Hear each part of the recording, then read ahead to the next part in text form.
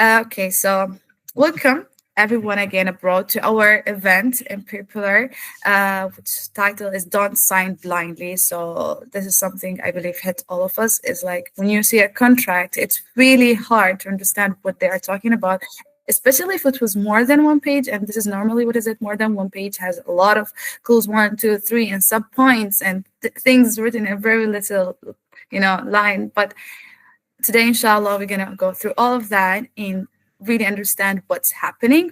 So before we start, I would like to introduce myself. My name is Real, a pupiller captain here and the host for the event with my co-host Mohsina. Hi, Mohsina. Hello, everyone. Introduce yourself. It's okay. Yeah, so my name is Mohsina. I'm a law student and currently I'm a youth career captain with Pupiller as well. Yeah, welcome, my friend. All right, so in Popular, for those who doesn't know Popular yet, Popular is the largest youth professional community in the UAE, where we help young people to find their passion and accelerate their career, just to find the right fit and career for them in the future. And we run these events every Saturday for the like every month, so we have more people abroad and knowing us and creating network, getting benefits and everything. So if you're not part of our community yet, you better be, because you're gonna miss a lot of fun and a lot of informations actually. And with all that being said, let's move to our speakers. Mahsina. Yes, so today we have two great speakers with us here today to explain to you everything that you're going to be knowing about employment contracts, job offers, and everything. So first of all, we have our first speaker, which is Fathima Zahra Isak. She is a commercial law graduate, and she'll be letting you know on everything that is related to contracts, everything you need to know. And secondly, we have Ms. Nehan Zehra, who is a legal consultant, and she is a commercial and corporate lawyer. And she will also be showing you more on what legal things to know of when you're looking into job contracts and offers. So I'm going to let them introduce themselves as well. So, Ms. Fatima. Hi, everyone. As Mohsina nicely introduced me, my name is Fathima Zahra Isak. I graduated for first class with my commercial law degree at Middlesex University, Dubai. And much like all of you, I'm also at the forefront of stepping into, my own career. And I hope that research that I made to, read employment contracts properly helps you too. So my perspective will be a very humble one, but hopefully you get to learn as much as possible from me, as with Ms. Nehan.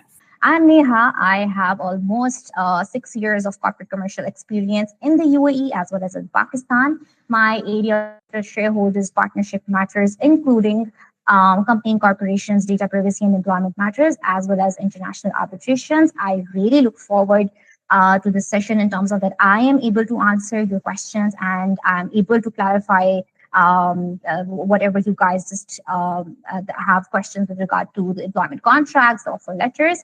And I really hope that once the session ends, you guys have enough information to actually navigate through the employment contracts confidently. Thank you very much.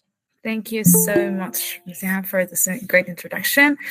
So now everyone, you know who we have as a speakers. I believe you take notes about who they are, what they are proficient about, so you can really get the benefit out of them. And don't forget that we get the chance to connect with them after the event, so that don't miss that chance and actually be active so they know you, get to know you better. So moving forward. All right, so to start, I'm pretty sure almost everyone knows what exactly an employment contract is. But just to brief you through the process, usually an employment process starts with you receiving a formal job offer after successfully going through your interviews, and then you sign the employment contract, after which you receive your work permit, and eventually, if needed, you get your work visa. Now, the job offer letter usually has similar clauses that the employment contract would have, but it is important to sign both and make sure that both have the expectations you require in the job that you're doing. So as per labor reform regulations that's effective in 2016, our offer letter made to a foreign worker becomes legally binding after both parties sign it. And an employment contract is similar. Once you sign the contract, you have to make sure, before you sign the contract, actually, let me backtrack a little bit. Before you sign the contract, you have to make sure that what was promised in your job offer is exactly what you're getting in the employment contract. And once you sign the contract, you are legally binding your employer to keep up those rights that they promised to you. So an employment contract is a document signed between the employer and the employee in which the latter undertakes to serve the employer and works under his management against an agreed upon fee paid by the employer. The employment contract should be based, again, I'm just reiterating, on the job offer letter that is signed by both parties and must be submitted to the Ministry of Human Resources within 14 days of the employment entry permit if you are coming from another country to the UAE. Now, employment contracts are mandatory to establish the legal boundaries for the work you're doing, and the details of work contracts depend on whether you're employed in the private or public sector, or even the company and line of work that you're doing, with even additional benefits for Emirati nationals as per UAE law. You can go to the next slide. Now, there are different types of employment contracts, and that depends on both the private sector and public sector. So private sector, recently, as per the latest federal decree law number 33, 2021, the UAE labor law established that fixed-term contracts has to be the norm in the country, in the private sector, and any current unlimited employment contracts need to be converted into a fixed-term employment contract. The fixed-term contract means an employee is hired on a fixed term that may be extended or renewed for a similar or shorter period. And if, in case, suppose the contract is not renewed or extended upon expiry, that the parties still continue to perform the obligations. In that case, the contract is automatically considered renewed under the same terms. When it comes to the public sector, the contracts can be full-time contracts, part-time contracts, temporary contracts, or special contracts. We've already gone through what, I'm pretty sure most of you know what a full-time contract is. It's when employees work full working days. A part-time is similar. It's when an employee works limited hours of the total working days. Temporary contracts, on the other hand, is when an employee works full working days or hours through the contract for 3 months or renewable at similar periods of time. Special contracts is unique to public sector. It's when a minister appoints an employee for a high position in the ministry or entity on a contract of 2 years, which can be renewed for another 2 years. Going on to the probation periods, this is an extremely important, I suppose, extremely important part of the checklist that you have to make sure exists in the employment contracts. The probation period in the UAE cannot be extend 6 months, so make sure the employee is not pushing you to do more than that. When the employee finishes the probation and continues working for the company, the probation period will amount as part of their service. And this part is important, as we'll talk about when it comes to gratuity and things like that, since the 1 year that you work at the company will include the probation period that you worked. We'll go through it in more detail later on. If the employer wants to terminate the contract during probation, they have to give 14 days prior notice. Suppose the employee resigns during the probation period to leave the UAE. In that case, they must provide, again, a 14-day prior notice in writing. Suppose the employee wants to change their jobs during the probation period, then they must provide a written notice of a minimum of 1 month. Now, this is depending on which company that you're moving to, but if an employee is moving to another company, the new employer may be expected to compensate the current employee's recruitment costs unless it's agreed by both the companies that you're hired by to waive them. Going on to the working hours. And now, this depends on whether you work for the public or the private sector, and even on the type of work that you're doing. So for private sector, the working hours are usually 8 hours per day, and that is 48 hours per week. But during the holy month of Ramadan, as we are in currently, these hours are usually reduced by 2. Sometimes these timings do change based on the company that you're working for or the regulatory authority that you're under. For example, under the DIFC law, only Muslim employees are given the reduced hours, while non-Muslim employees are expected to work for the full working day. So every employee is entitled to these special, to these working hours. Now, every employee is also entitled to have one or more breaks when they work for 5 consecutive hours, and the breaks must be less than an hour and aren't calculated within the working hours. So make sure working hours are detailed in your employment contract, so you don't end up working for more while being paid the similar, like less amount. Now, why that's important is because there is a concept of overtime. Overtime should also be stated. The employer has the right to ask the employee to work overtime, but the overtime must not exceed 2 hours in one day. Now, suppose the nature of their work forces the employee to work beyond the normal hours. In that case, they're entitled to a pay equal to regular working hours plus 25% of that pay. And this, of course, depends on the timing. So if in case you guys are working overtime between 10 p.m. and 4 a.m., then you have the benefit of your pay being the base pay plus 50%. However, the rule doesn't apply to employees working in shifts. So it only applies to employees working for a full working day, and they're not all constantly switching around. So the 10 p.m. to 4 a.m. rule only applies to people not doing shift work. And employees working on their day off can be entitled to a substitute rest day, or the employer can pay them the normal working hours remuneration plus 50% of that pay. When it comes to the public sector's working hours, the 7 Emirates all have slight differences in working hours, but for the federal government, Monday to Thursday, you're expected to work 7:30 a.m. till 3:30 p.m. On Fridays, it might be 7:30 a.m. to 12 p.m. And once again, it depends on the ministry or company that you're working for, because my father, he works for public sector companies, and on Fridays, he gets to work from home, but every other Friday, he has to go to the office. So once again, check with your company on what your working hours are and how you're expected to show up. Saturdays and Sundays are official weekends, but as you know, Sharjah people are very lucky. They get 3 days official weekends, Friday, Saturday, and Sunday, and they have to work 4 days a week from Monday to Thursday. When it comes to leaves and holidays, and I suppose it's very important to us people who really just want to go home sometimes, there are multiple kinds of leaves that an employee can take. Annual leave is available after employees have completed 6 months of service, which, as you know, is the probation period. You should receive 30 days of fully paid annual leave if you've completed 1 year of service, and 2 days per month if you've completed 6 months, but not 1 year. So until your 1 year of service is up, you'll only be getting 2 days per month. But after you get past that 1 year of service, you can get 30 days of fully paid annual leave. And this is pretty much standard and written by law. So make sure all of these exist in your employment contract. When it comes to sick leave, an employee is entitled to not more than 90 days per year, and only after the end of the probationary period. Again, the 90-day sick leave can be continuous or intermittent, and the salary is paid as follows. So according to law, you get full pay for the first 15 days, half pay for the next 30 days, no pay for the next 45 days. And of course, you need proof usually from a medical professional, as may be requested by your company.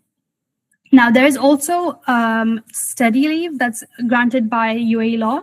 Employees who have worked for at least 2 years with an employer are entitled to a 10-day study leave per year to sit exams. But the employee must study for the leave in one of UAE's certified educational institutions. Then, of course, there's the maternity leave. A female worker is entitled to 60 days of maternity leave, of which 45 days should be fully paid and 15 days half paid. The employee can also take an additional 45 days off without pay if she has any sort of illness due to pregnancy or childbirth-related consequences and cannot resume work immediately. Fun fact, the UAE was one of the first Arab countries to grant parental leave to employees in the private sector. So male and female private sector employees are given paid parental leave for 5 working days to look after their babies. And this is effective from the day that they're born until the baby is 6 months old. Then we have the compassionate leave for people who have lost loved ones. Employees can take a paid bereavement leave for 5 days in case of death of a spouse, and 3 days in case the death is of a parent, child, sibling, grandchild, or grandparent. Then one of the benefits of working in a Muslim country is that you also get leave to complete Hajj. Employees can get special leave to perform Hajj under the provision that the leave is without pay and can't exceed 30 days. So the leave can also be granted to but of course the leave can only be granted once during employment. If you're someone who likes to go to Hajj multiple times, mashallah, first of all, but you are only allowed to get the leave for it once as per law. Now, public holidays apply to both public and private sectors employees equally, and they usually include, the Gregorian New Year, which is the 1st of January, Eid al-Fitr, which is usually 4 days, Arafah Day and Eid al-Adha, again 4 days. The Hijra New Year, Islamic New Year, will also be given leave. Prophet Muhammad sallallahu alaihi wasallam's birthday. National Day, you get 2 days, and maybe if one of these listeners are not Muslim, might not know, the date of these Islamic holidays are dependent on moon sightings, so of course they do change from time to time. Finally, looking to the next slide, which is wages. Wages are very important, of course, when you're looking at your employment contract. So you have to make sure the job offer wage, the one that was written inside, matches what's stated in the employment contract. And if your line of work has any bonuses or commissions that are relevant to it, then make sure it's written down and is up to whatever is the market standards.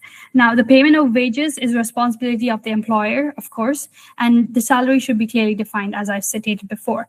Now, all private sector employees must pay their employees' salaries through the wages protection system. This is done to secure your own rights. The WPS, for short. If you have any more questions about it, I can answer it in the question and answer session. But just generally, it's a system that was created to ensure that employees in the UAE are paid in a timely manner.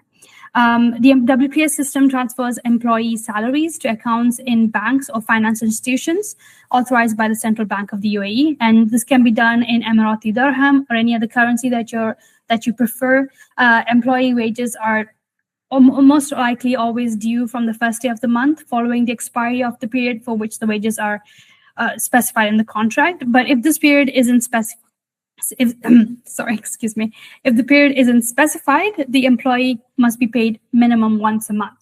And the employer, this part is important, is considered to default on paying the salary if they do not do so within the first 15 days after the due date. And if that time period is too long to wait for you, then you may negotiate a shorter period between the two parties. Now, when it comes to the UAE, there is no minimum wage that's federally agreed on, but the law does mention that salary should be enough to cover the employee's basic needs. Another very important part of the employment contract that people need to look at is the gratuity. So employees who have spent 1 year or more in continuous service are entitled to gratuity upon the termination of their contract. And the gratuity is calculated for full-time employees by first, depending on the years that you worked. So full gratuity pay is based on 21 days salary for each year of work when the employee has served for more than 1 year, but less than 5. And if you have completed 5 years, then you may receive full gratuity pay of 30 days salary for each year worked following the first 5 years. I can repeat this again in the question and answer session if you have a hard time understanding it. But the important part is that the total gratuity cannot exceed more than 2 years of your salary, but you are entitled to it. Now, for other types of employment contract, like the ones that are not, full-time, the calculations are based first by taking the number of hours, for example, a part-time employee works in a year, and dividing it by the number of hours a full-time employee works in a year. And then you turn that into a percentage and apply the percentage to the benefits that would have for a full-time employee. And that's how it's done for a part-time employee. Again, you can look into it a little bit more later on through your own research, or just make sure that you clear it up with your employer, but before signing the contract. Finally, of course, as the employee benefits, there are some, these can change, of course, based on the company. Some companies like to give employees more benefits than is prescribed by law. But just as a bare minimum, employers are expected to give you health insurance, a minimum level of health insurance coverage. This is not always extended to your dependents. Again, that depends on the company, but you yourself are entitled to have at least a minimum level of health insurance, and the premium for the health insurance cannot be taken from your salary or be compensated that way by the employer. Emiratis have unemployment insurance schemes too, but they have to sign up for it. They have financial support if in case they lose a job due to termination by the employer. And as part of the benefits, of course, is the end of service benefits in the private sector. This we have touched upon it lightly before with the gratuity, but I'll repeat it later on.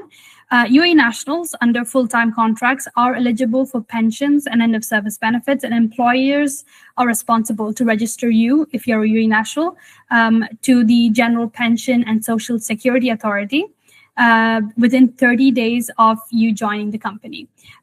But for foreign workers, the gratuity is what we receive. The gratuity is calculated based on the last wage or the basic salary. And if in case there's any money owed to the employer, they can deduct it from your worker's gratuity. And these end of service entitlements should be paid within 14 days from the contract's end date. So you have to make sure all of these are stated clearly. Of course, as the consideration of workplace health and safety, this again depends on the work that you're doing, but in general, Clause 13 of the UAE Labor Law allows employees to have the right to have a safe and appropriate work environment. Going on to the next slide.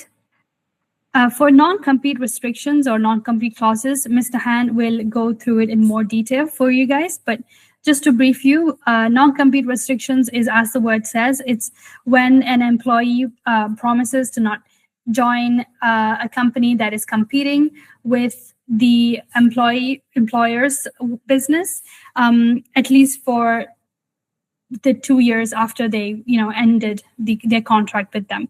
And but the restrictions cannot be over like too much or over. They have to be a bit limited and only be based on protecting the company's legitimate interest, and they have to be defined in respect of time, place, and nature of work. Again, Mr. Han will go through it in much more detail than I will, so you can ask her any questions if you have. Finally, moving on to the termination of employment. This part is also necessary to keep in line and make sure that it exists. Employers and employees have a right to terminate an employment contract for various reasons, and they can do so by serving a notice period and complying with other legal requirements. An employment contract may be terminated in the following situations that I'll state, that's outlined in Article 42 of the UAE Labor Law. Of course, there's the normal one where the employment contract term expires and isn't renewed or extended. Then the employer and employee might agree to end the contract mutually in writing, or either party can wish to end the contract and should notify the other party of their choice. The employer's death, of course, can end the contract. The contract can end if the employee themselves die or cannot work based on some medical issue or certificate. Then, of course, if the worker or the employee, is facing a final court judgment of a freedom restriction penalty for not less than 3 months, that could also be a ground for termination of employment. Then, if the establishment or the company that you're working for close by, permanently by the UAE legislation, the employer becomes bankrupt or involves, faces economic or exceptional reasons for them not to be able to continue work, all those reasons can also result in the termination of your employment. And finally, if the employee could fail to fulfill the conditions to renew their work permit outside the employer's control. So that's more on you if you cannot renew their work permit, because as many people might not know or may know, but you cannot work in the UAE without the work permit. Now, there is the notice period of termination, and submitting a notice includes sending up a written notice, and the terminating party must serve the notice period of at least from 30 days to 90 days. Contracts can be terminated without notice, and there are specific reasons for the same. An employer can terminate a contract without a notice if the employee is a fraud, they've adopted a false identity or submitted forged documents and certificates, if they've committed an error that causes substantial material loss to the company, or they violated instructions concerning employee safety. They have failed to perform basic duties despite getting many warnings to fix it. They've divulged any secrets of the companies that resulted in the company losing money or missed opportunities. If they've been found drunk or under the influence while working, if they assault or harass another colleague or their own employer, then if they've even been absent without lawful excuse for more than 20 days, intermittent days, or more than 7 successive days, they can get fired without a notice. Then they can also have exploited their position to obtain personal gains. If they did do that, they can also get fired without notice. And if in case they join another company without abiding by the rules related to changing workplaces, they can face that same consequence. On the other hand, when it comes to your rights about when you can terminate the work contract with an employer without notice, you can terminate them if you fail to meet contractual or legal obligations towards the employee. The employee assaults or harasses you at the workplace, provided, of course, you send in a notice to the Ministry of Human Resources that this is happening within 5 working days. And if the employer asks the employee to perform fundamentally different work from what was agreed upon in the employment contract, you can terminate your work with them. And you can even terminate your work with them if you feel that there are factors that threaten your health and safety, and the employer doesn't do anything despite being aware of these factors. That would be the end of how to terminate your contract. Now, if you feel that the employer, without any of the reasons mentioned above, has dismissed you unfairly, then you could complain to the Ministry of Human Resources under the claim of arbitrary dismissal.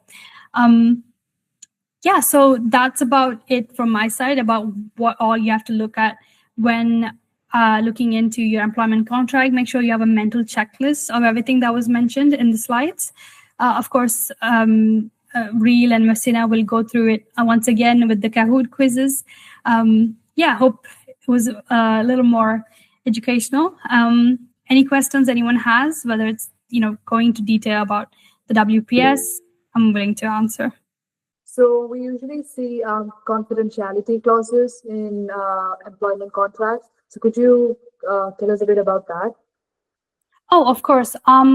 So confidentiality clauses are pretty standard, and it depends on whether it's actually included in the employment contract or you will be expected to sign it as a separate document later on. They are just, I suppose, they're just standards that you have to keep when working within the company, to not share or divulge any not publicly found information that you got during the working of the company. And if, say, you breach that standard and you do share information that was private to your company, you will be expected to pay fines, or might even be fired from your job, depending on the intensity of what you've done. But most confidentiality agreements, from the ones that I've read, have been pretty standard. As long as if you read through it and you don't feel like it's over the top, then you should be fine. Okay, thank you. So I think we have another question from Dane. How would I know if I can get extra benefits that employers will give before I apply to the company for a position? That is why you need to read through your job offers and things like that, because you might not know the extra benefits until you read the job offer, and you have the choice to reject a job offer, or maybe even negotiate for better benefits, depending on whether you like it or not. So that depends on what happens after you succeed with the interviews. I believe Anusha also has a question. Anusha, can you speak up? Yes, hi. Thank you so much, Fatma, for the presentation. It was very comprehensive and very helpful.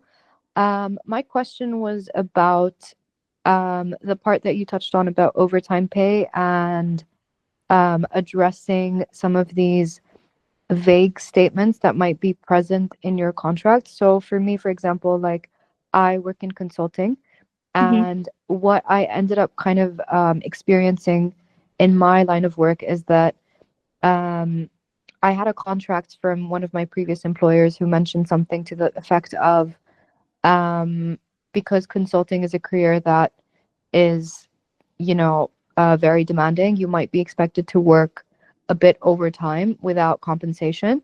And when I had this conversation with HR before I signed my contract, they told me that um, this would mainly be insignificant um, demands, like in terms of maybe like 10-15 minutes overtime, just if I have to share a document or something to that effect. So what they told me before I signed was that it was something very minor, like not very time consuming. But in my day-to-day job, what ended up happening was that I was working almost 2 hours overtime pretty much every single day. And at that point, because I had already signed the contract and there was this vagueness about what that would actually entail, I, it was very difficult for me. And I've noticed now that I've applied for a different position and they've sent me the offer letter and it has a similar wording.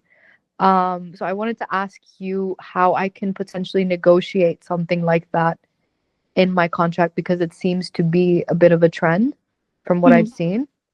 First of all, congratulations on getting your new job. Thank you. Um, First of the overtime thing that I talked about is actually pretty standard and what's written by law. So the reason why I mentioned both working hours and overtime in the same line is because depending on your working hours, that's when you know when you're doing overtime. So if you're expected to work 8 to 5, overtime would be anything exceeding that. Um, Hmm. so what happened with your previous company? I feel like maybe go through what that contract again, because it might just be their issue, like an issue from their side. You maybe if you talk to the HR and made them clear as to, this is my working hours. If you are, expecting me to work above this, you have to be able to pay me this and this amount, because it is your right by law to ask for this. The Okay. regular working hours plus 25 percentage. So just make sure they mention that in your new job. Make sure they mention exactly what your working hours should be and what constitutes overtime. Make that written in ink, sign it, make sure it's clear cut. Okay. um, yeah, and once it's written into your employment contract, they can even fire you or give you warnings for not abiding by what's expected, because you're doing your job as what's written in the employment contract, so you should be fine. Okay. Thank you so much. Yeah, hope that helped. Ahmed has I have another question. So I was just wondering, what are the criteria that govern if a non-compete contract has been breached, like in terms of what describes a competing company? That I will actually leave it to Ms. Nehan. I'm not a huge expert on non-compete clauses. As I've said, I just know a brief understanding of what the main things are that you have to look out for in an employment contract. So hopefully Mr. Han's segment will clear that up for you. Hi, No Ahmed. worries. Let's just park this question. I'm gonna, in very detail, gonna explain the non-compete clauses, and I hope this will answer your question in my presentation. If it does not, then we can have just taken up in the question answer sessions. Sounds good? Perfect. Thank you. Does anybody else have a question? If you do, just use the hand raise thing, and I believe nobody else has a question. So shall we move on?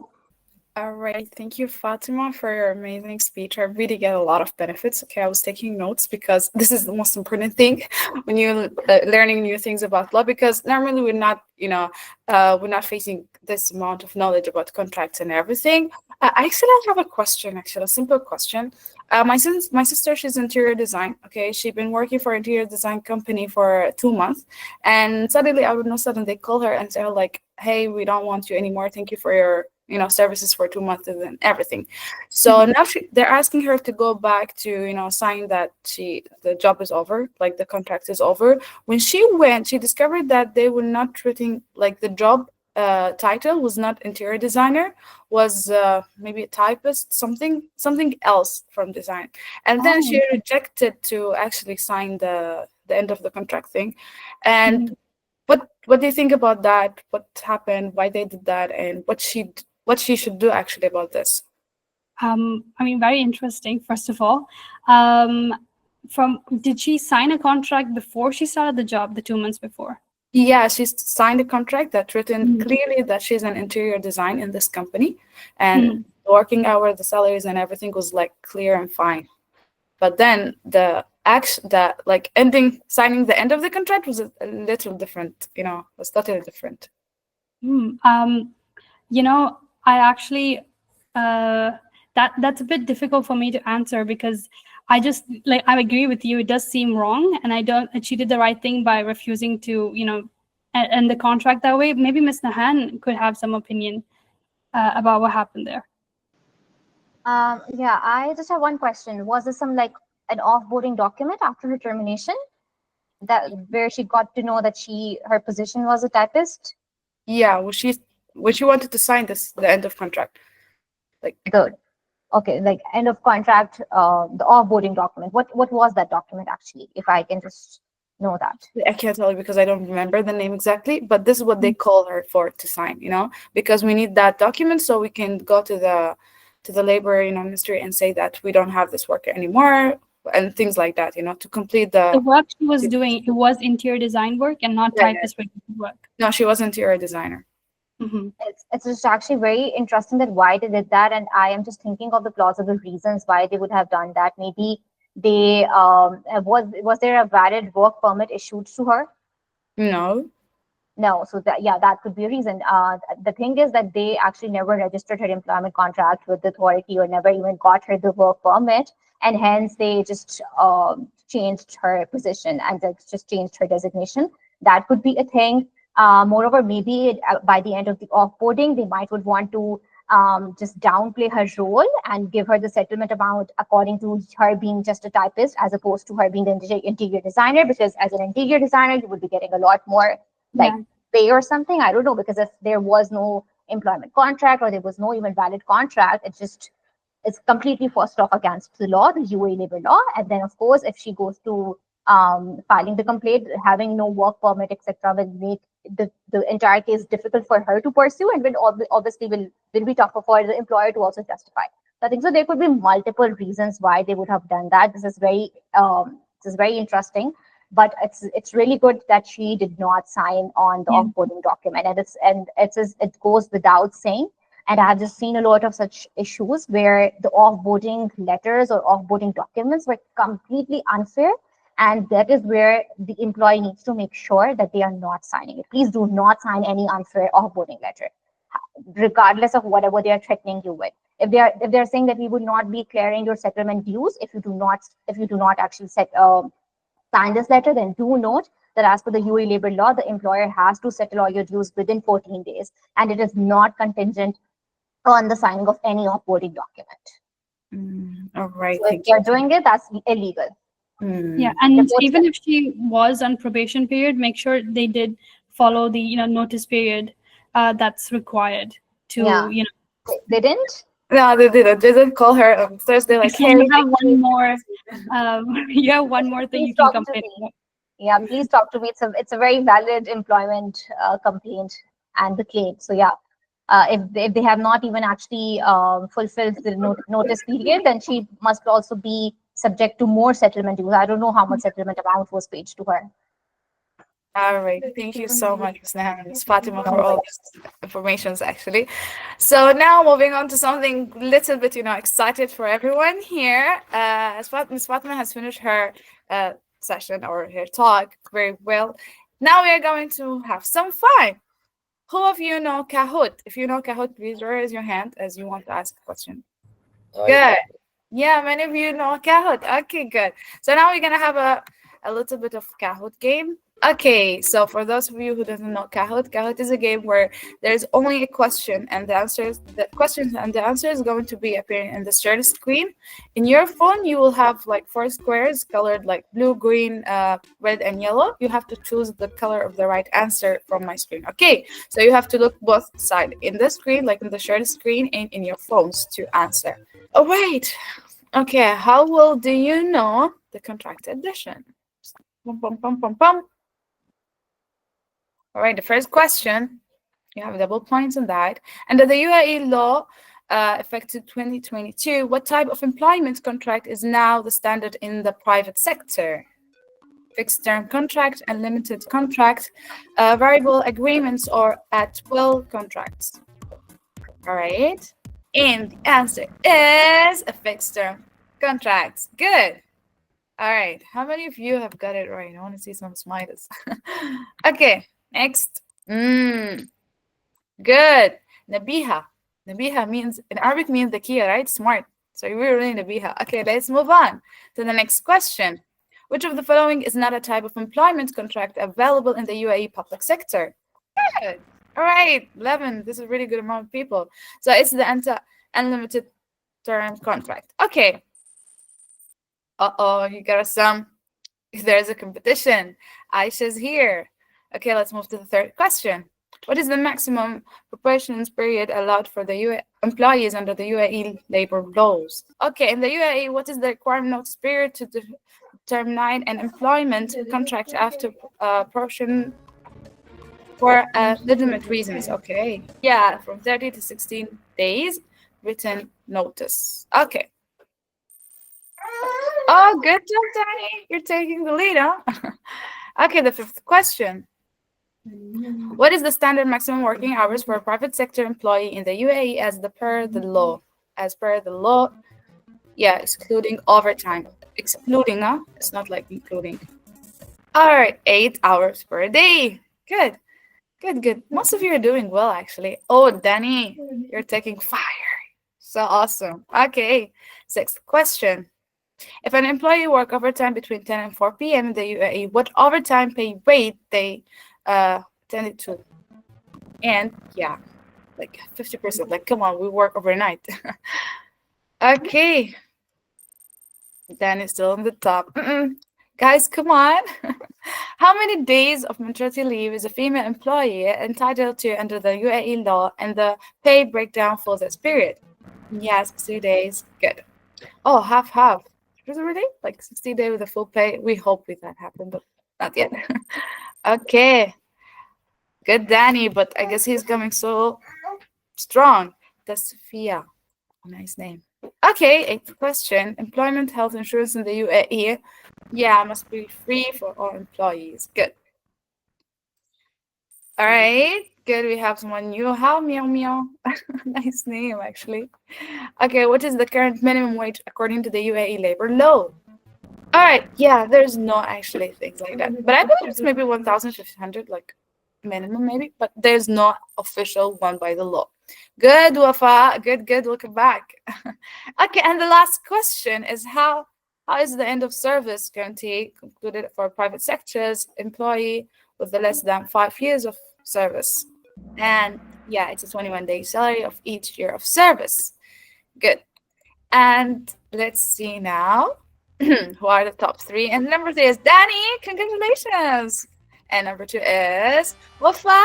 Good job, Wafa. And number one is the first place is Aisha. Congratulations, Wafa, Aisha, and Danny for this beautiful, like, did really good. As Fathima, I suppose you could be proud of them, right? They did Very really proud. Yeah, good. Okay, back to you, Mohsina. Okay, so now that we're done with the game and we've had our fun, we're going to be going to our speaker, Ms. Nehan, who is going to be explaining about the contract's key legal pitfalls and how we can be avoiding it. And she'll also be sharing a good case study as well. So, Ms. Nehan.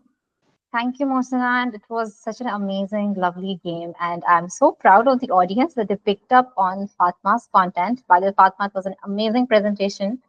Okay, so now that Fatma has shared the detailed insights into the key components of the employment contracts, I'd like to just dive deeper into the legal as well as the practical side of the employment contracts and the most common legal pitfalls, which will help you navigate through the employment contracts more comprehensively and confidently. And this goes for both the employees as well as the employers. So if you have joined it as an employee, make sure that you are pinpointing these in your employment contracts. If you are an employer, please make sure to be legally compliant with the UAE laws and be fair with your employees. Okay, just to start off, you now have already gotten a very good grip of what an employment contract is, and just to give a thorough understanding of an offer letter and an employment contract. And this is for me to also just clear away a certain misconception, which is that a lot of times many employees assume that an offer letter is actually a binding, a final contract, which of course an offer letter is a still, like just Fatma said, is a legally binding document. But now if I have to just get back into the legality of a contract per se, whenever we talk about what a contract is, I'm not talking about the employment contract, any contract. For any contract to be actually called a legally valid contract, it should be having three components, which is it should be having an offer, it should have a consideration, and it should have an acceptance, which is then that an offer was made by party A to party B, a consideration was then made by party B, and then it was accepted by party B. So an offer in this entire employment relationship, the offer letter is merely just the first component of the contract, which is the employment contract. So it is always a pre-step to your employment contract. So, but however, that being said, it is very important for you to sign on. First off, whenever you are receiving an offer letter, you need to sign it on. You need to make sure that your employer is also signing, and then you also need to make sure that you are keeping a copy of it. Now that once you have signed your offer letter and you receive your employment contract, the very first thing that you need to see is that your offer letter is consistent with the terms and conditions in the employment contract. Now, a lot of times, since the offer letter is merely just like 2-3 pages, and then once you have joined the company, you receive an employment agreement, which is like 30 pages long, and it is contradicting an offer letter, then that is totally illegal. So if there is any such situation where your offer letter, the terms and conditions in your offer letter are contradicting with the terms and conditions of your employment agreement, you always have the right to not actually sign on your employment agreement, raise the issue there and then. I think so. We as employees, a lot of times, do not take signing on an employment agreement as importantly until and unless we have actually faced a dispute and we have faced that hiccup in our professional experience, and then we learn from our lesson that okay, I actually need to go through my employment agreement. And that is why now that I know that there are certain students, graduating students over here as well, I would want to reiterate for them, and also the people who are already in the career and are working, it is very important for you to not just go through your offer letter, but to also go through your employment contract and make sure that whatever offer was made to you, based on that offer where you actually accepted the offer, the accepting terms are also consistent with the employment contract. So if you are not refusing it and if you still want to be a part of that company, you can actually also notify MOHRE about this, that MOHRE is the Ministry of Human Rights and Emiratization, the Human Resources and Emiratization, which is the federal body which governs the rights of the employees, and it makes sure basically that the employees' rights are fully taken care of and are fully protected by the employers within the UAE, majorly in the mainland. So you can always also notify MOHRE. So this is a major difference and the explanation between what is an offer letter and what is an employment contract. Now, if I have to just take a further step, whenever you guys would have actually onboarded yourself with any of the company, you guys would have seen there are multiple versions of the employment contracts. So there's this MOHRE contract, and there's this external authority contract, and then there is an internal agreement. So what happens is basically, you guys would be very well aware that in Dubai, it's the free zones and then there's mainland.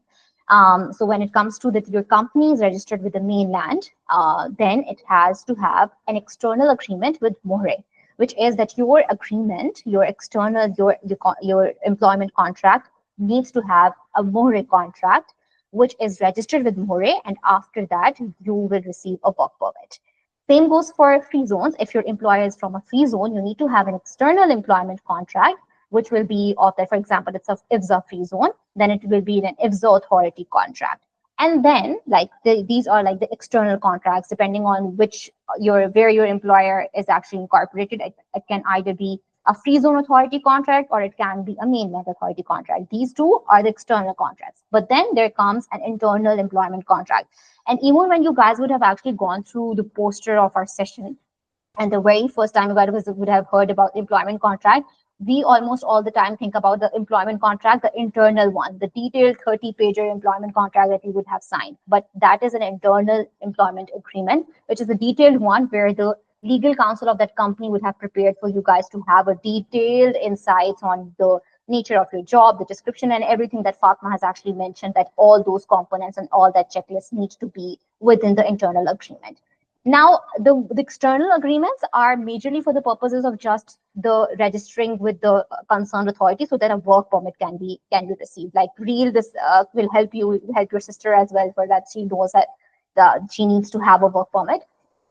So the external contracts normally are not really detailed. They are just like 2-3 pages, but they would add almost all the major terms and conditions. And then the internal one would have very detailed all the terms and conditions. But do make sure that your More contract and like your external contract and your internal employment contract, both the employment contracts need to be consistent. They do not need to be contradictory.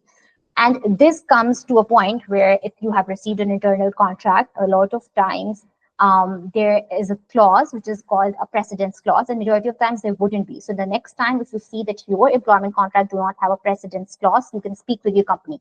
Now, what is that precedence clause? A precedence clause is that if there is any contradiction in the terms and conditions of an employment contract, the internal one as the external one, and the external one, and there comes a dispute, which terms and conditions of the contract are going to prevail. That is, that which terms and conditions will take precedence. So majority of the times, the internal agreements have a clause which says that the terms and conditions of this internal agreement will basically prevail over the terms and conditions of the external employment contract as well as the offer letter. If there is no such precedence, then please do note. If there is no such precedence clause, then please do note, if your case goes to the More for a complaint, or it goes to courts for any dispute, then the default rule is that always a More contract is going to be given, the external contract is going to be given the precedence. Therefore, it is very important for you to know that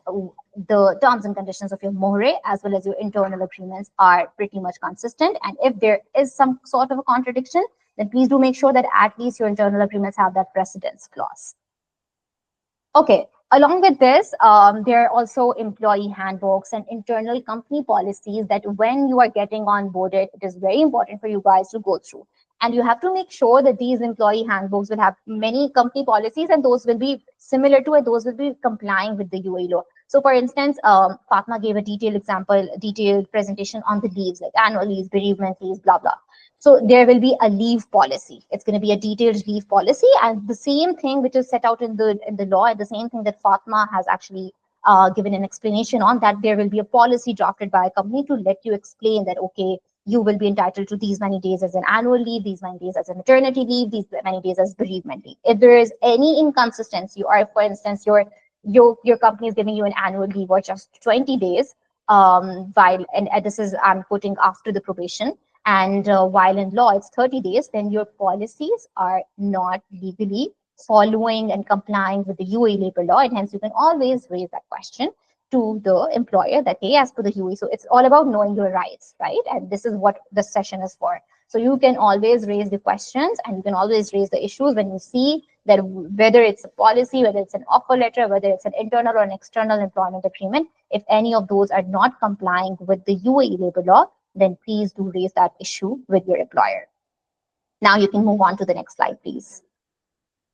Okay, now that we have understood the basic differences of offer letter, employment contract, etc., I'll now just go into the details of like a common drafting and compliance issues. And over my like past 6 years, the majority of the issues when it comes to employment matters basically arise from a very poorly structured and a poorly drafted employment contracts. Hence, it's very important from if there are any employers or HR people over here, it's very important for you guys to have properly drafted employment agreements. And then if there are any employees, it is very important for you guys to actually have a thorough understanding. If you're not understanding your employment contract before signing it, please, before signing it, sit with your company's HR and ask them that, hey, I am not understanding this clause. What does this clause mean? What are going to be the legal implications of this clause?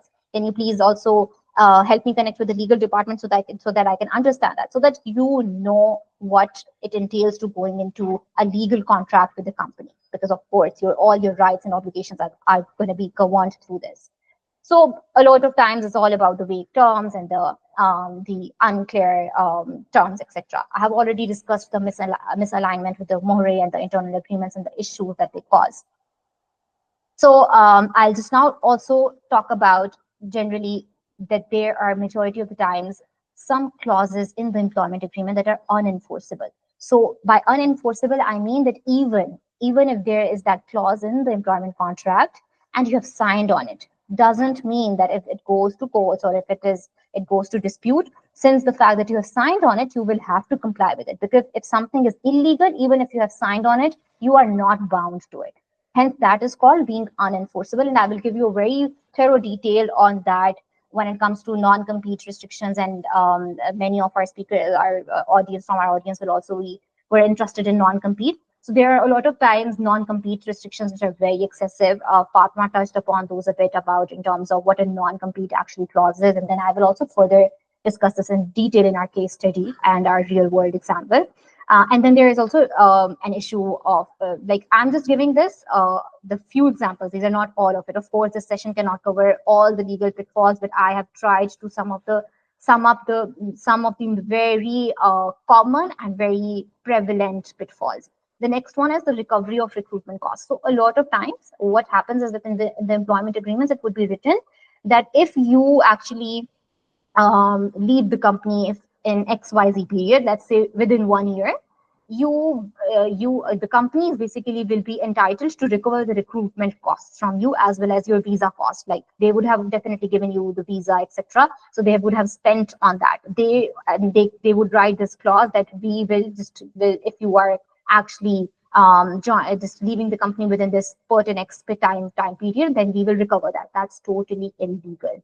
The employer at all cost is basically liable to pay for your recruitment cost, which will include your visa cost, which will include your work permit, etc., all the costs, etc. They can never recover the recruitment cost. If there is any company which is asking you for this, please file a complaint with MOHRE. MOHRE, again, I told you what is it, and you guys can always file a complaint with them if there are any issues.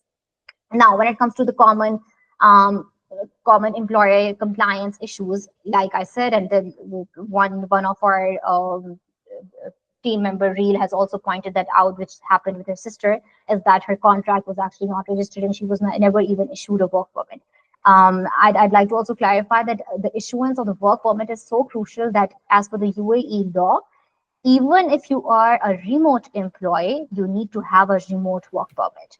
So maybe if you're working from outside UAE, and you are working for a UAE entity, you need to have a remote work permit.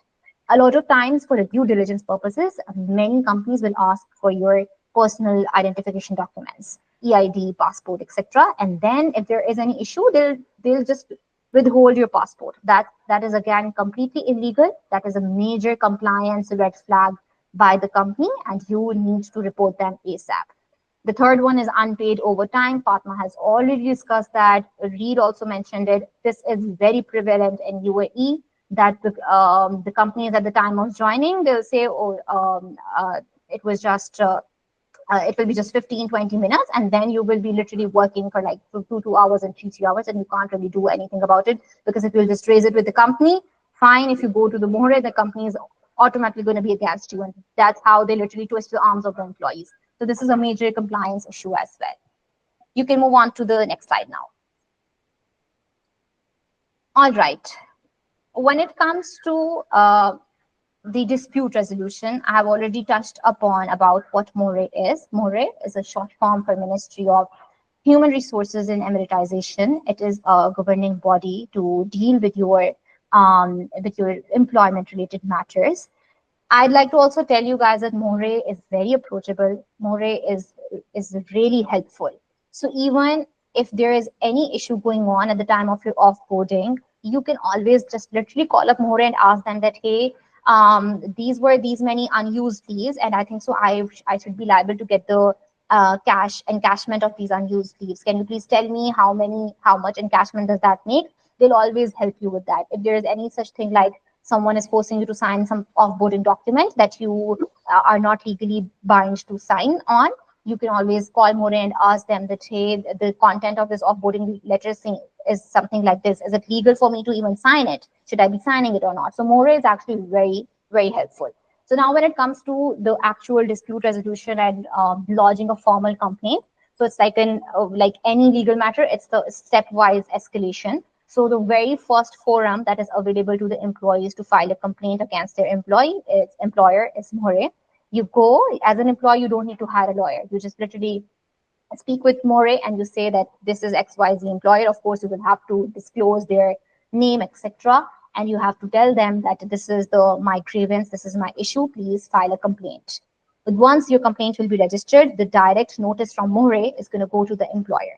Once that is gone to the employer, the More is going to first attempt to mediate and resolve the dispute amicably between the parties involved.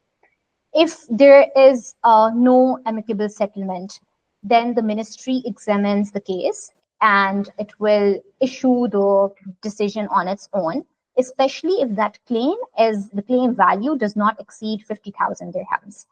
So, for instance, if the claim value is more than 50,000 dirhams, then what happens is then the ministry is going to refer that matter directly to the court and it will not hear that matter.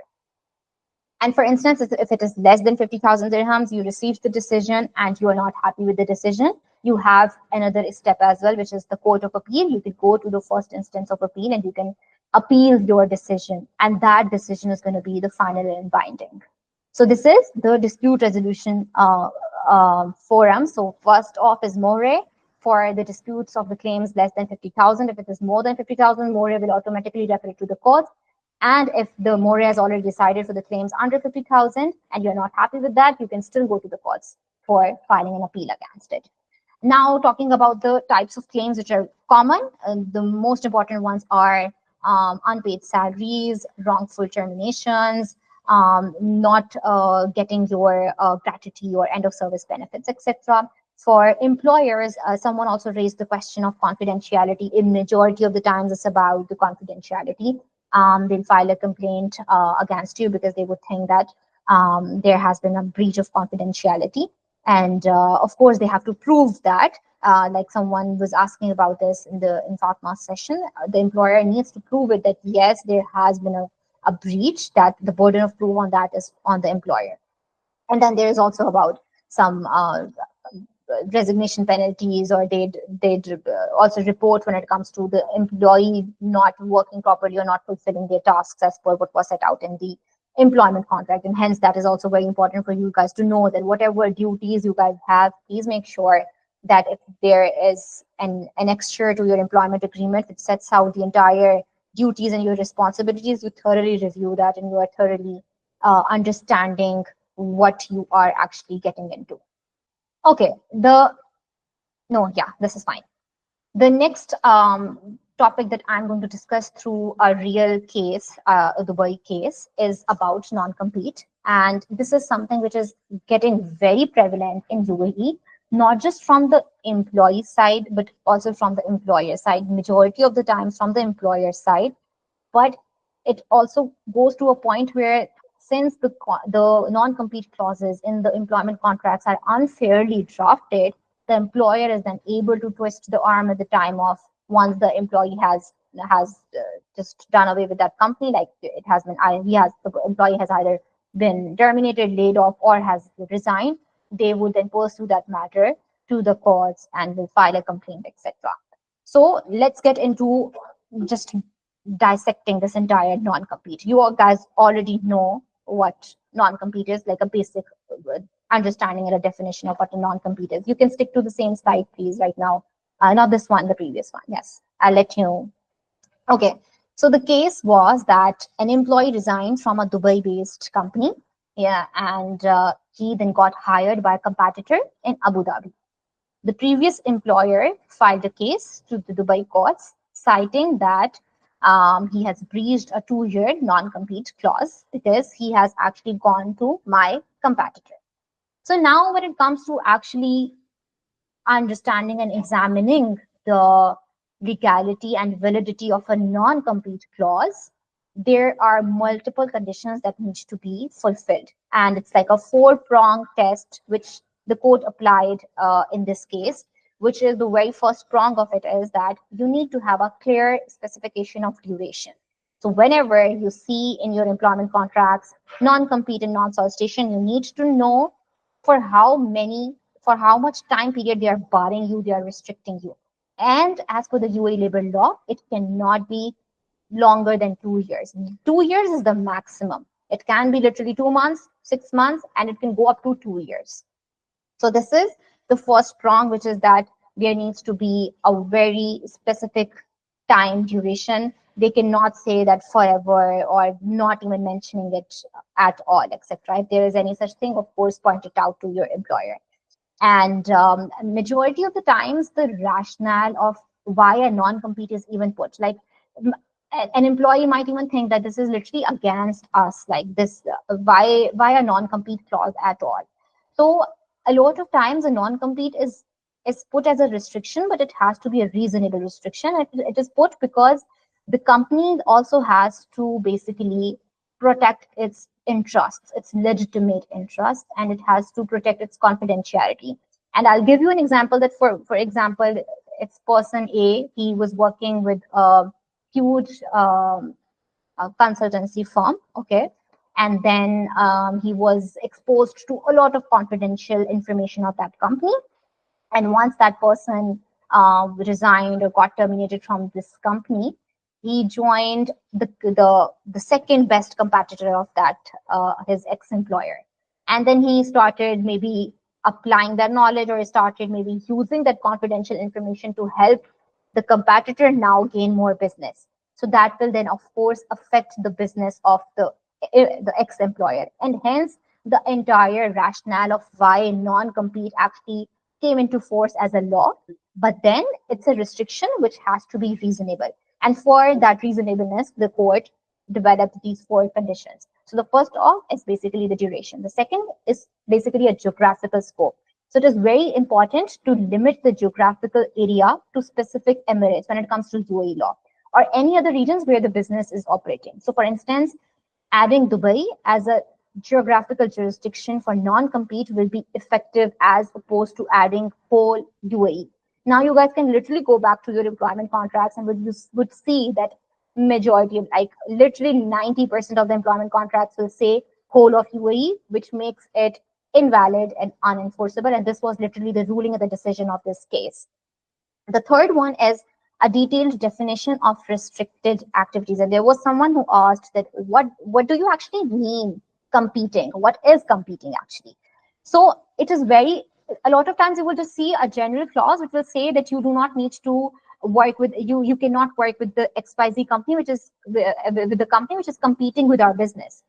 Which businesses are competing with you? You then, in the employment contract and that non-compete clause, it is very important to clearly define what constitutes competing activities. And of course, those competing activities will be different for different businesses. A consultancy firm which is competing with a similar consultancy firm will be different as opposed to a real estate industry or a personal care industry or any other legal industry for that matter, HR, interior designer, etc. So, and then it is important to clearly define what constitutes the competing activities and then specify the nature of work that would be restricted post-employment or post-contractual relationship. So just to give you an example, if someone was working with a consultancy and they state in an employment agreement that you cannot compete with the similar business, and the consultancy is just very broad. A similar consultancy business, it's very broad. Maybe that company was just providing consultancy for supply chain, and the person went to a consultancy on maybe procurement. Different, right? It's procurement or maybe something else. So even if it is consultancy, the you need to understand that it should be detailed enough for you to understand what will actually fall under a definition of competing. So a good non-compete and a legally valid non-compete clause will add those competing activities. And for employers, it is very important for you to add all the relevant businesses within that clause, not just saying competing. Anything can compete because it's very general, it's very vague, etc.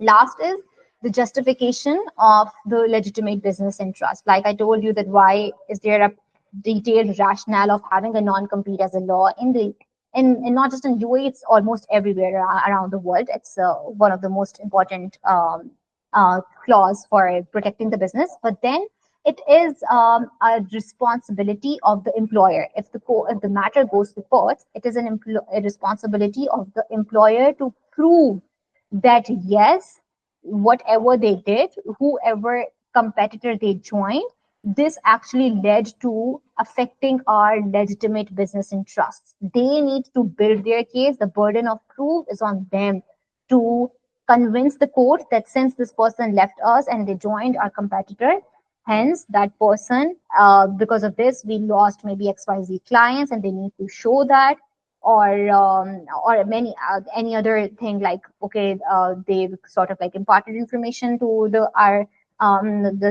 new employer, and hence they were able to get the clients. So they need to prove it, and then it can be enforceable. So the non-compete cannot be enforceable and legally valid until and unless it has these four conditions, which is to have a clear specific duration, a geographical scope which is limited to a certain emirate, a detailed definition of competing activities, competing businesses, or restricted activities. All of these terms are used interchangeably, and the burden of proof will always be on the employer to justify and to convince the court that yes, there has been a legitimate business interest that was hindered because the employee joined the competitor.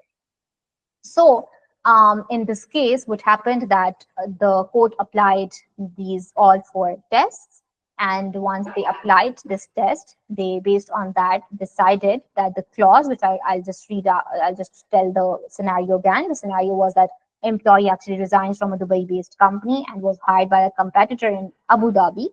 So they said that since he resigned from a company which was based in Dubai, even though a non-compete clause stated that he cannot compete with any of the competitors in the UAE, since they have said UAE and they have not limited the geographical scope, this clause, this non-compete clause is not going to be valid. This is not going to be enforceable.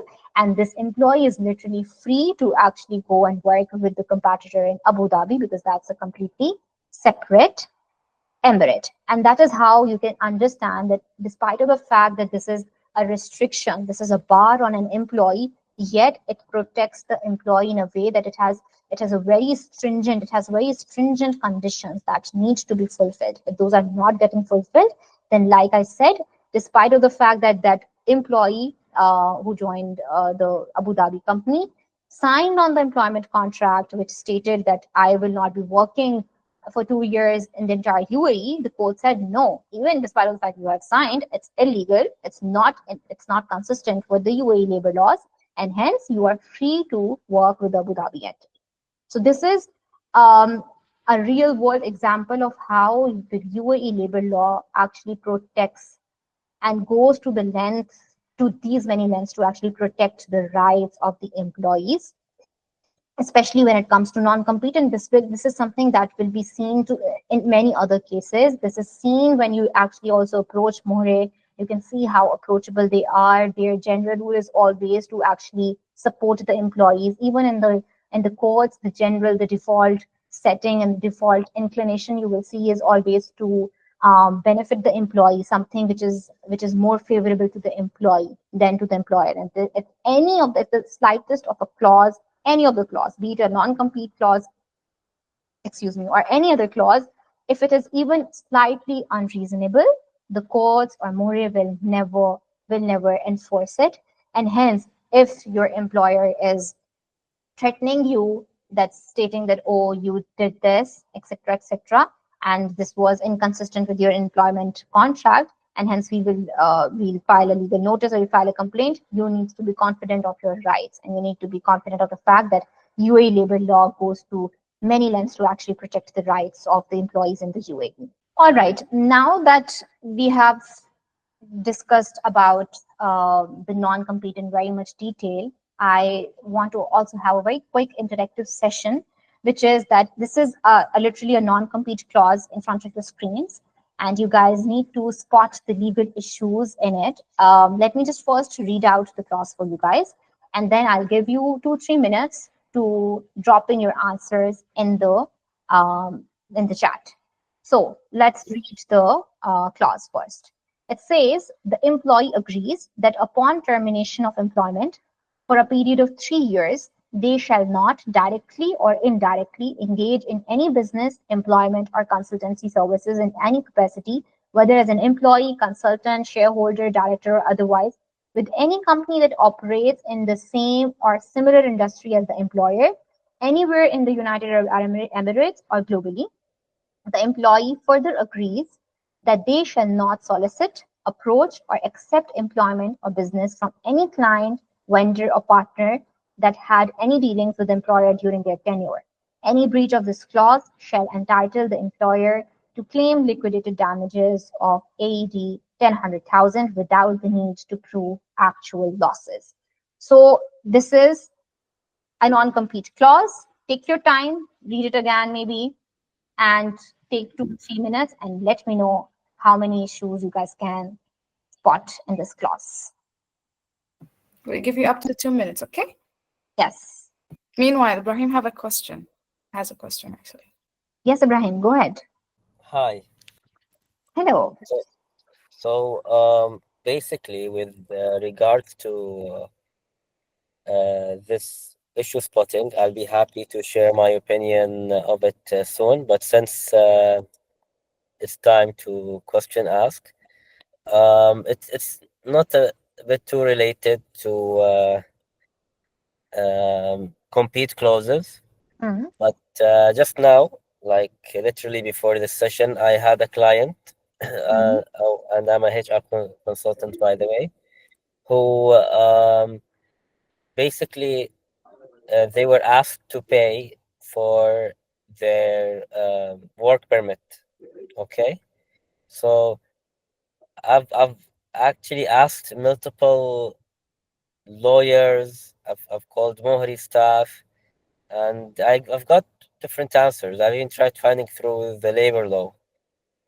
Personally, I cannot find it to be legal or right for an employer to make their employee pay for their work permit.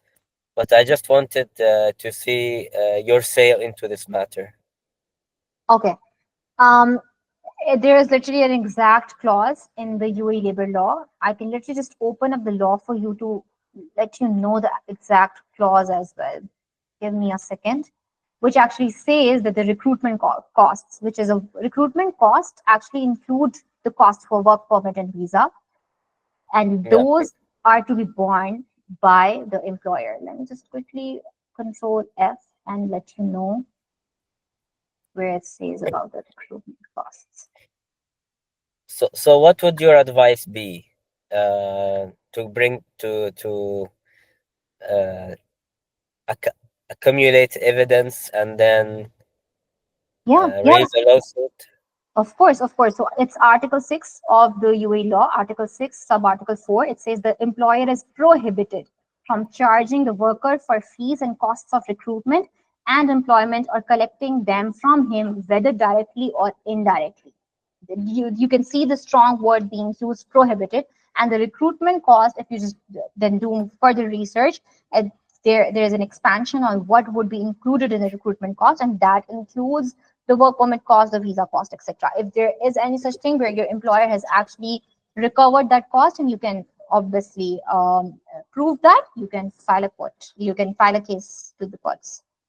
So, but then you would advise that if somebody didn't accumulate the evidence, then they should be more wise about their steps. If there is a lawsuit and they don't have, they didn't accumulate evidence yet, they shouldn't be in such a rush, would you say, to Yeah, uh, because of course, for you to also just show a valid and the validity and the strongness in your case, you will have to maybe provide um yeah, some document, or like maybe some invoice or the payment that you would have done to your employer for recovering of mm, this visa cost or the work permit cost, etc.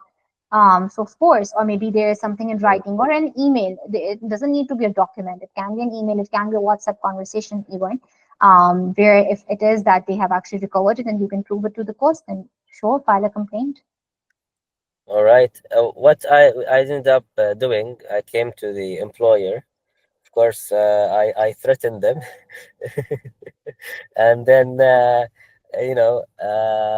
made them pay the salary to the employee directly. Of course, using some social uh, tension, and then I ended up just telling them you don't need this employee anymore since you want them to pay for a work permit. I'll advise them towards a better job than this type of environment that is very unhealthy and toxic. Yeah, So true. yeah, this is what I ended up seeing as best option for that employee. Yeah, Whether they perfect. want to make a complaint or not, that's up to them. Yeah, yeah, sounds good. That's the right approach. For the spotting of issues, would you mind if I spot some? Yeah, sure, go ahead. The employee agrees that upon termination of employment for a period of 3 years. So first of all, the number of years, right? Yes. The second point is it being indirect. So you did mention there needs to be evidence that they did make competition. How would indirect effect be considered something that can have evidence for? It's something that is very either gray area or doesn't even count to be in a contract. Engage in any business, employment, or consulting service, any capacity. Okay, sure, director. Otherwise, so here it says you cannot work. While what you mentioned is that upon working for a company, they should prove that there was competition. The burden of proof is upon the per law upon the past employer, right? So then this clause is mentions something the law doesn't even mention, so it can be ignored. Okay, or globally as well. Like this is something that is the UE courts counting for something global. Mm, the employee further it needs to have me have a think about it. The employee further agrees that they shall not solicit, approach, or accept from any client, okay, during their tenure, any breach of the contract, liquidated damages without the need. Okay, so without the need to prove actual loss is straight up illegal, and then the limit of money is a bit. Yeah, it's a bit unreasonable, maybe for most situations of 1 million. And I wonder even if there's a clause per law for the limit of money that you mentioned. So, yeah, these are the mistakes I could count, and I'll hold myself now back as a member of audience. Okay, perfect. I'll before I answer what you said and respond to it, I'm just gonna quickly go through the chats as well and see what people have said. The maximum period must be 2 years. Then instead of three, and the employer needs to prove their claim. Okay, Fasila answered this. Dane said it shows over 2 years.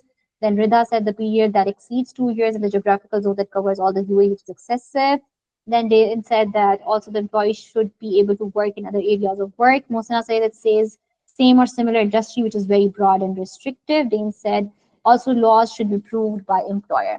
Okay, this is very good and smart answers.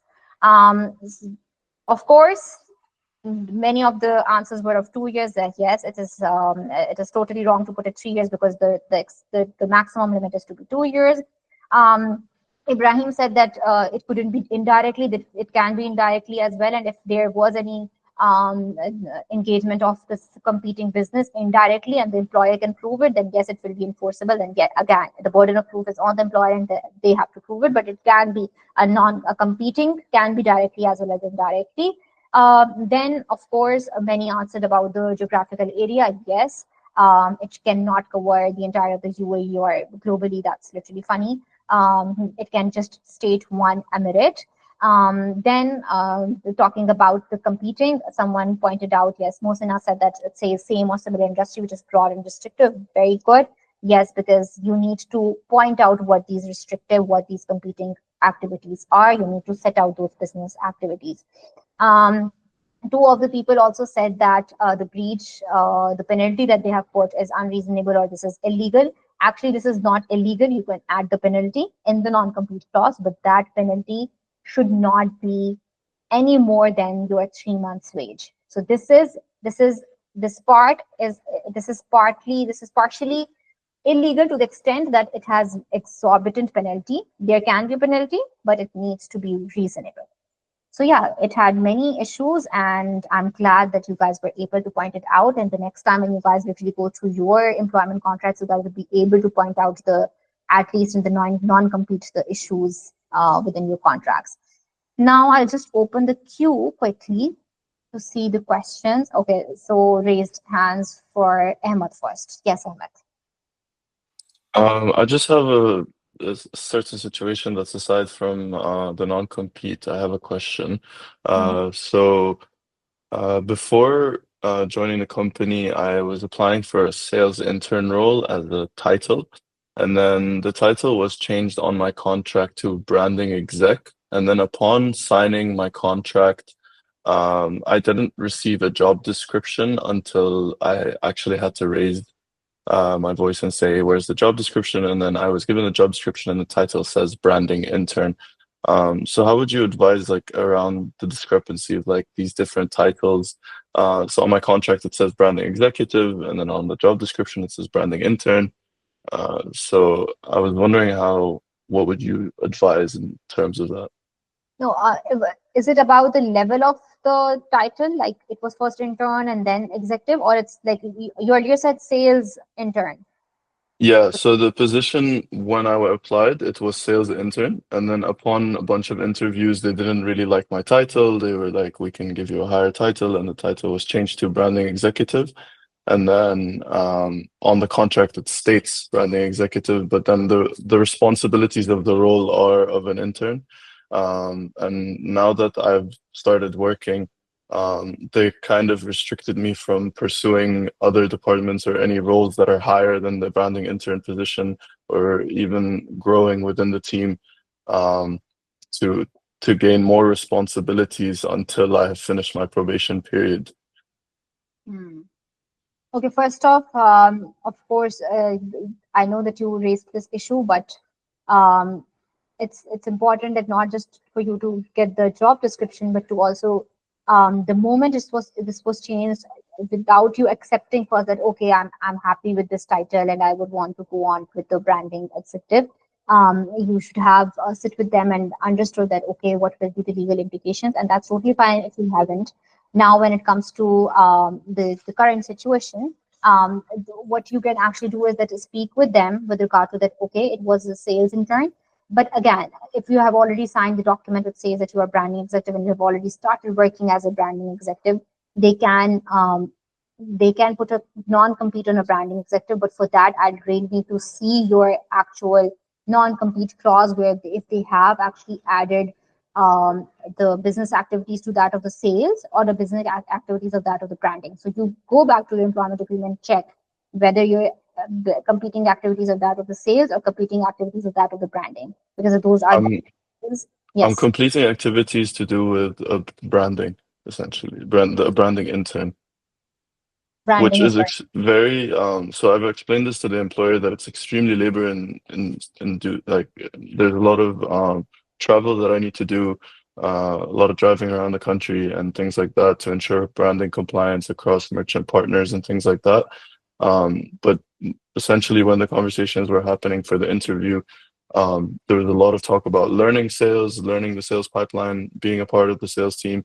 But I have not had any experience in terms of sales wise, mostly just ensuring compliance for branding, um, which is not far from what's written in the contract. But at the same time, the premise of the title and the actual responsibilities are very limiting, so I don't really get to interact with anyone from the office, get to interact with anyone, period, or learn in any way.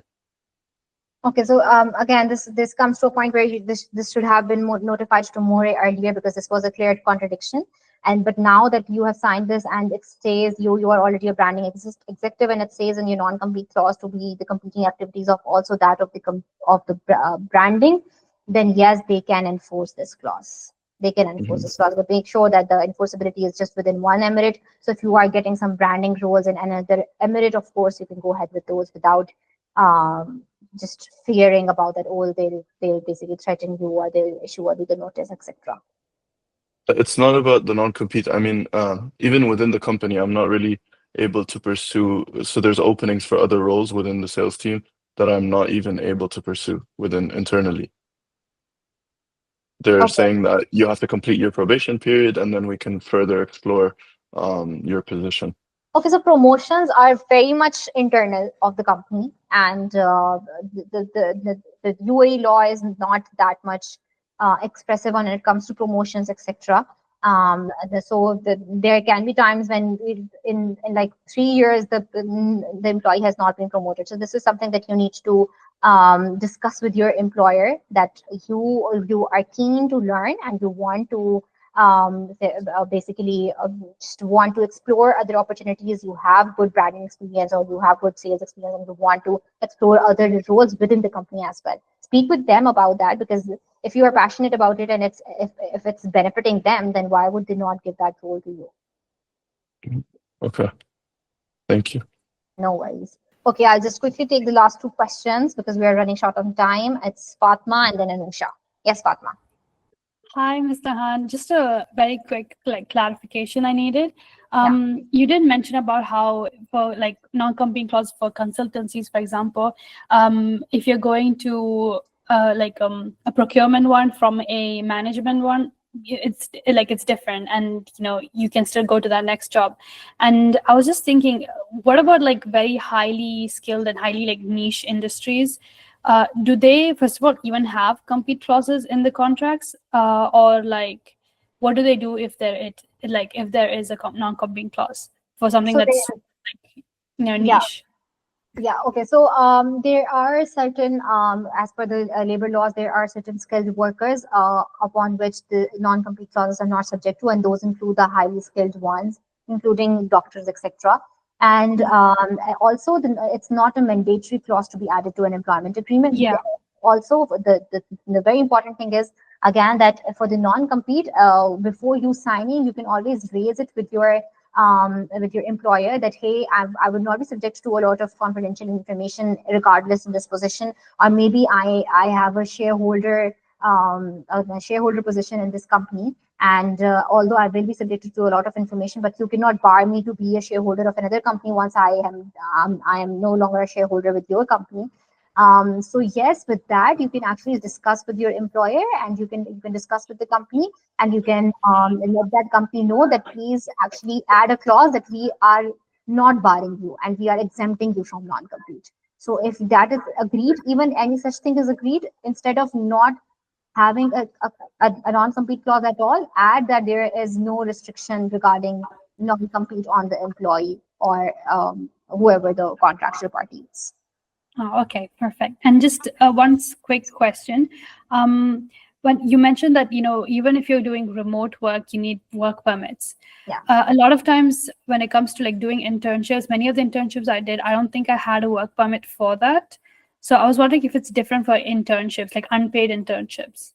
For internships, there's majority of the times not a need for a work permit. Yeah, They okay. need to, yeah, the interns are also governed under, interns although are not employees and they do not enjoy all the employment rights, but they are governed under the UAE law, the UAE labor law, and they do have certain rights as that of the employees in the under the UAE labor law.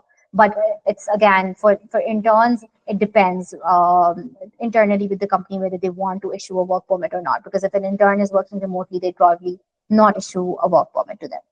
Yeah, thank you so much. It was very No helpful. worries. No worries. Yes, Anusha. Yes, hi. Thank you, Nehan, for the very comprehensive presentation.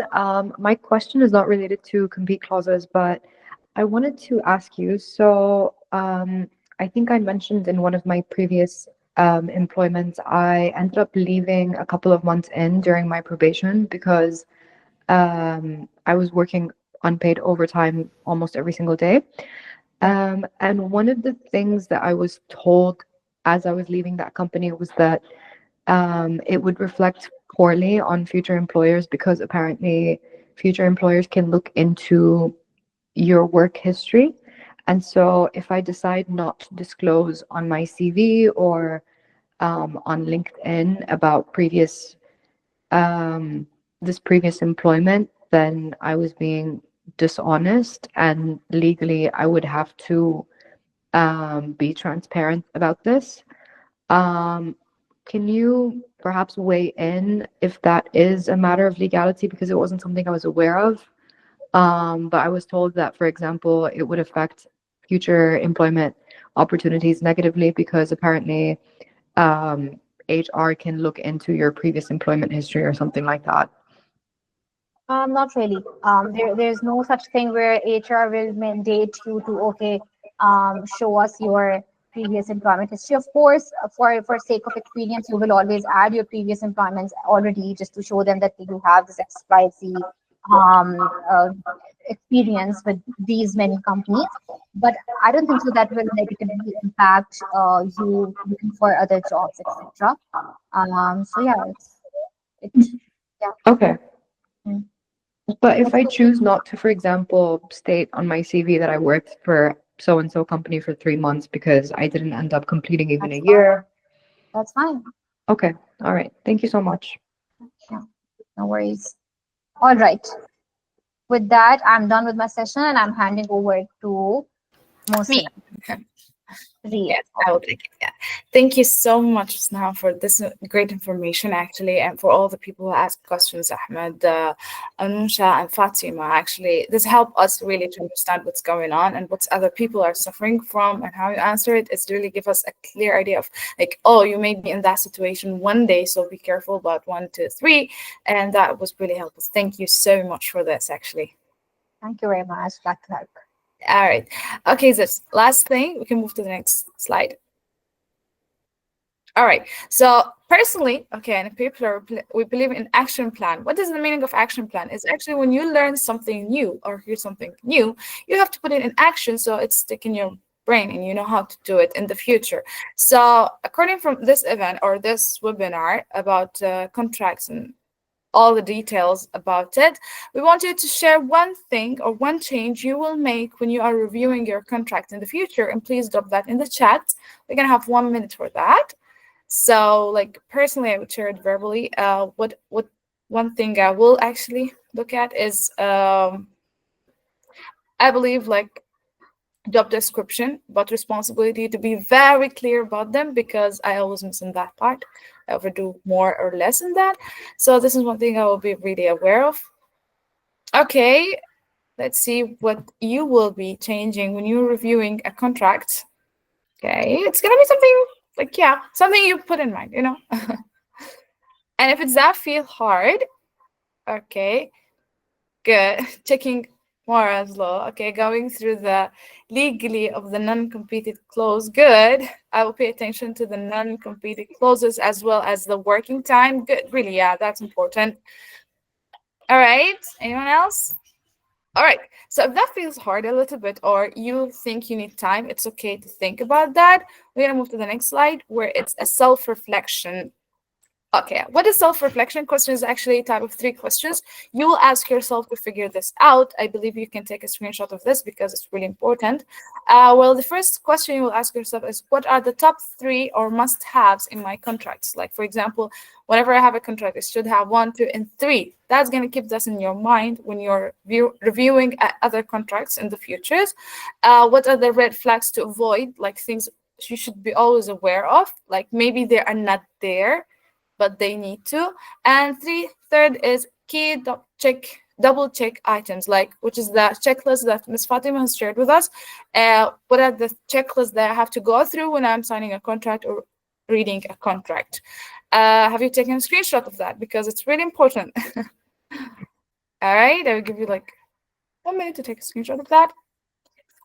Good. And now, with all that said, anyone wants to share anything, any idea, any question, or anything before we wrap up everything? It was a very beneficial session. I thank Fatima Zahra and Nehan Zahra. Thank you all very much. And thanks to the captains, Reel and Muhsina, and the captains in the back scene, like Alishba and the other ones. I appreciate Pupiller and I appreciate the session today. Thank you, everyone. Thank you for your kind words in the chat. Also, yes, it will be recorded, inshallah, and it will be sent to you. Thank you. All right, moving to the next slide. All right. And that all said, this is the final, we're going to the end of our webinar. This is Ms. Fatima and Nehan LinkedIn. You can connect with them and ask them any question in that, but related to this webinar, they will be glad to answer it. And also, don't forget to join our community, Popular Community, by scanning this code. You can take a screenshot of it or scan it directly. You'll be entering our community where we have more events like this and more webinars and very, much of a handful of informations actually. And thank you. Lastly, I would love you to open your camera so we take a screenshot, okay, of this beautiful gathering today, as we did really well today and we learned a new stuff. Thank you, Zaria. Okay, let's see who's else. Thank you, Ahmed. Thank you, Danny.